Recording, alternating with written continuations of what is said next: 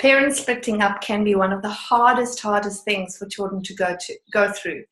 And more interestingly is that it's our emotions, how hard it is for us, that impacts them the most. So I dedicate quite a bit of parent magic. There's one whole section in one chapter around divorce and separation. And of course, it's a very trying time.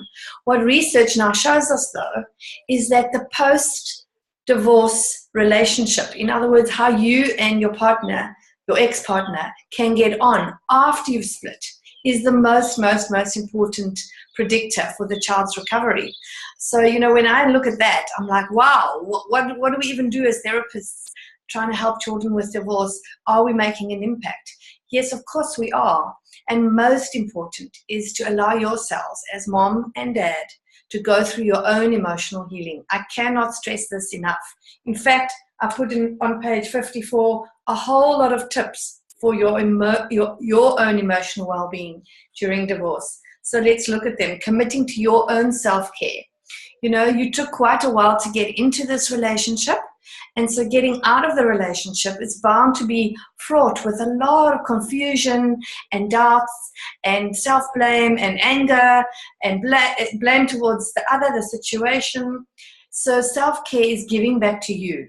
It's as important for me, self-care, as brushing your teeth.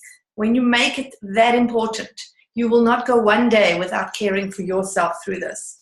And then surrounding yourself with support in terms of good friends and family.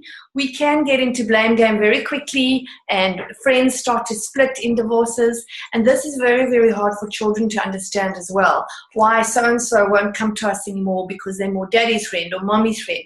So just try and surround yourself with really healthy friends and family that are going to uplift you and help you.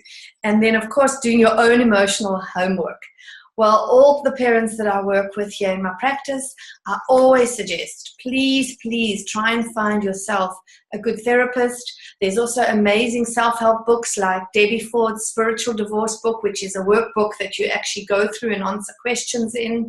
There is Adele Taron's Naked Divorce. There are many books that you can work through if you don't have the time or money at the moment for one-on-one therapy.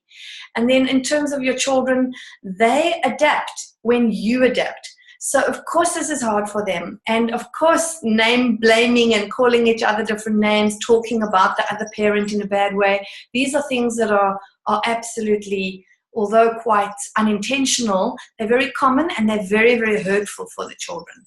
So this is just a really tip of the iceberg little Tuesday tip for this week.